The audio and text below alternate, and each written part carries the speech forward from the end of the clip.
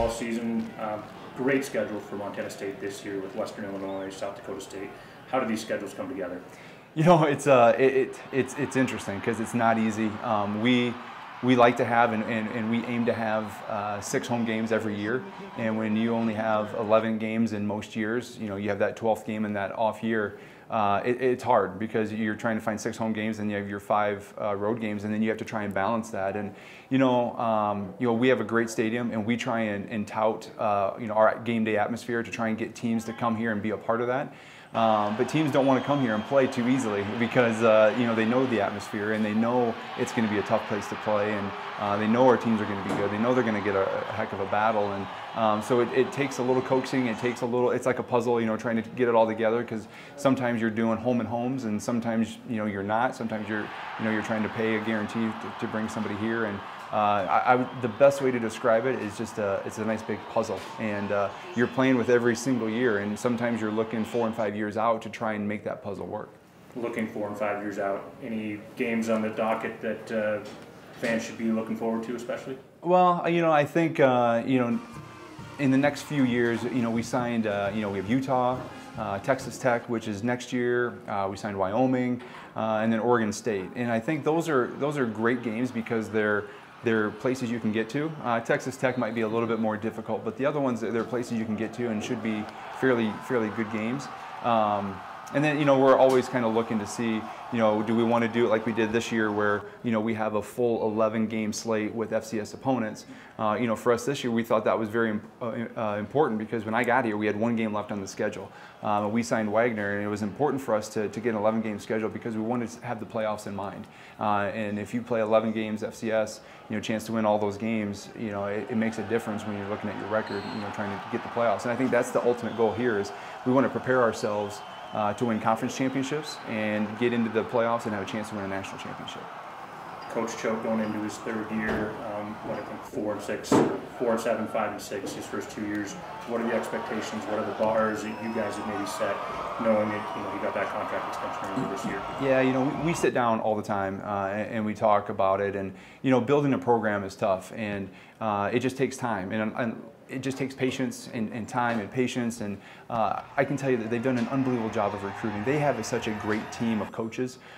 They know how to operate. They've built a great culture, and you can see it in the talent that they've brought in, whether it's talent athletically, but talent even in the classroom. These kids are the best of the best, and now they've been able to develop that depth. And so now they have their kids and their student athletes, and I really think we're going to hopefully see a big step here this year. It's one of the reasons why we did that, because I just love what's going on. I love the energy and the environment on the team, the energy and the environment with the coaching staff, how they relate to each other, and you can just see that things are starting to click, and I expect this year to be a great one. In just 2 years, you've had a lot of coaching decisions, with volleyball and track and field just recently, but yeah.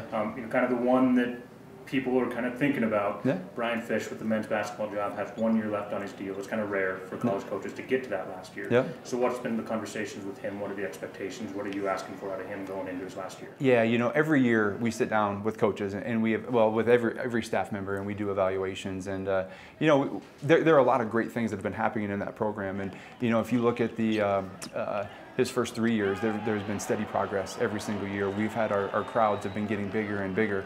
And I think last year, if he was sitting right here, we would talk about it. It was a disappointment for both of us.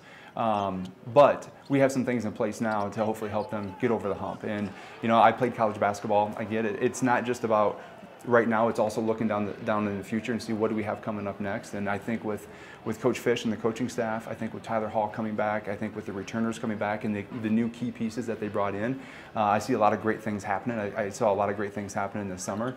And then I just met with 3 recruits here today. It's just seeing what they're trying to bring in the quality and style of student athlete, the style that they want to play. I think we all learned a little bit, and I'm looking forward to this year because I think, again, it's one of those programs I think we're going to see make big strides. What are the things specifically that you're hoping to see this year that's going to allow you to go into contract negotiations and say, yeah, we want you here for another 3 years? Well, I think winning, we got to win. We have to be competitive, and our ultimate goal here is to develop our teams, to give them a chance and support them in a way that we have a chance to win conference championships and qualify for postseason tournaments, and have a chance to play for a national championship. And I've been part of programs at Northern Iowa and at South Dakota State where we've been able to do that. I want to be able to provide the resources to be able to do that, and we've taken a look at the schedule and how can we support it, and we've taken a look how do we travel, how do we get kids off the road maybe and get them into class a little bit more and save some bus time so they can sleep in their own beds. We've taken a look at all of those ideas, and we've actually enacted them here this year. But ultimately, it comes down to winning. It comes down to culture on the team and how the team responds to the coaching staff. And I like what I've seen over the summer. I'm really excited about the growth of all of our programs, because I think this is a key year for us. A lot of our programs have been really young, and I think this is the year that we can really take a step in all those programs, and I'm looking forward to it. It all starts tonight, here with Gold Rush, and I'm excited for this year. As far as the Big Sky Conference goes, and you talked about it a little bit with the scheduling with the men, the men's basketball league specifically made huge strides in their kind of perception across the country. Yeah. And obviously, the football conference is one of the best in the entire FCS. So, now that you've been part of the Big Sky for 2 years, what are your perceptions of the conference and kind of the overall health of the conference? I love it. It's fun coming from the Missouri Valley Football Conference, from the Summit League, and also when I was at Northern Iowa being part of the Missouri Valley Conference and coming to the Big Sky, because I think we've got some things that neither of them have right now. Coming from the Valley when they were, had a great basketball reputation, and they still have a good one. But bringing some of those ideas into this conference and trying to get us on that level. I think we took 14, 15 point jump in RPI as a conference last year, which it's unheard of. So we're making some strides as far as who we're scheduling, who we're playing, but we're also going out and getting some wins over those teams as well. And you have to do that if you want to get recognition for later on for postseason bursts, whether it's the NCAA tournament, the NIT, and some of those other tournaments. And I like the direction that we've been going. I mean, football is football. It's such a you roll the ball out there, and anybody can beat anybody. And so you really got to bring your A game every single time. And I like that. I like the fact that there's parity and anybody can play with anybody, and you got to go out and play your best football. And I think that's kind of true across the board. You see it in women's basketball, which has been a great conference in women's basketball, and track and field. We got a great track and field program. It's been fun to be a part of, but I think I can draw on some of those experiences with the Summit League, with the Missouri Valley, and hopefully add some of that experience here when we sit down in the room and really talk and strategize how we want to grow the conference. One of the things that's always fun to watch from the outside in the conference is kind of the arms race. Yeah. Maybe somebody puts in a video board, somebody else installs turf. You guys unveiled a long-term facilities plan last fall.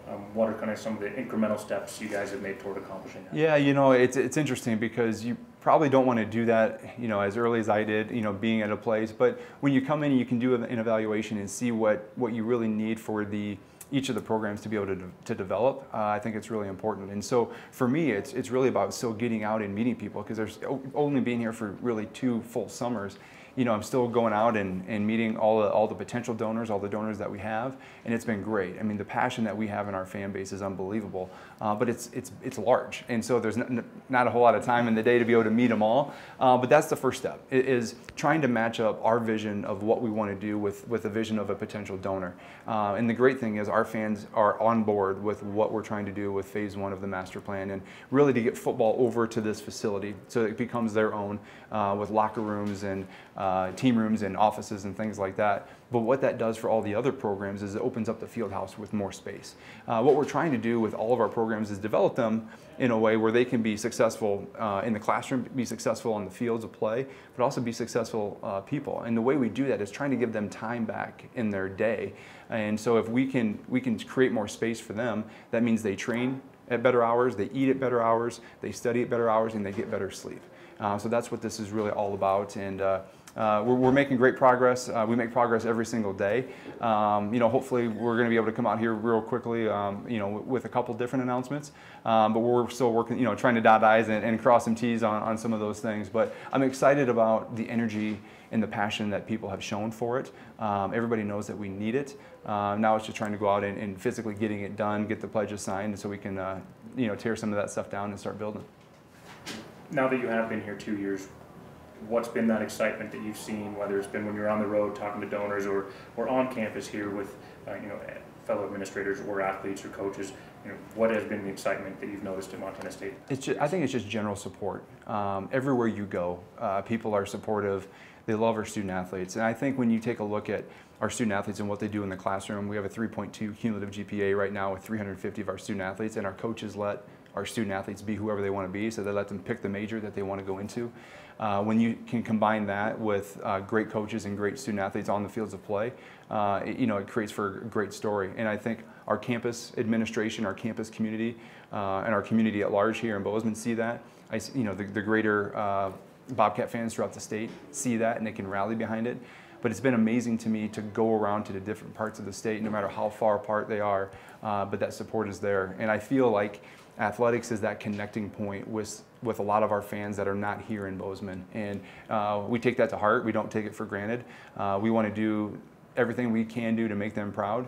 And so we're continually evaluating some of the things we're doing, putting more programming in for our student athletes, adding amenities, looking at things to make it better for our fans when they come here, and we're going to continue to do that.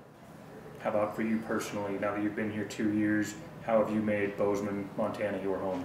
Well, it's kind of easy to do with 3 kids. They kind of make it their home very, very quickly. But really, it's we love being able to go out in the community and go to events and go out to eat and see people and sometimes even kind of get away. Go to different places and kind of get away. But I love the fact that no matter what time of year it is, you can go out and you can do something.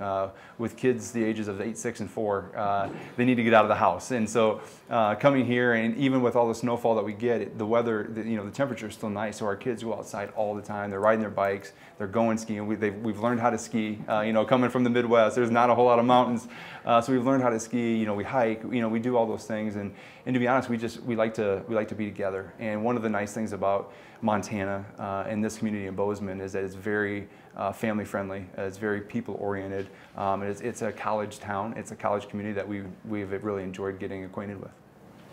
All right. Thanks, Leon. Appreciate you sitting down with us. Anything else about the program, state of the program, that state of the department that you want to mention? Yeah, no, I would just say, I'm excited about this year. I'm excited not just for football because we're here tonight, but for all of our programs. I think, when we had our all-staff meeting last week to really kick off the school year, everybody's on the same page, and that was kind of the driving force behind the strategic plan, was kind of behind the operations. Let's get everybody working towards that same vision, towards the same ideas, and trying to accomplish those goals. And after 2 years, I can say that we're there. We're all the oars are being rowed in the same direction, and some maybe are a little bit faster than others, but I think we all know what everybody wants to accomplish, and now it's time to hopefully go to work and try to accomplish those goals.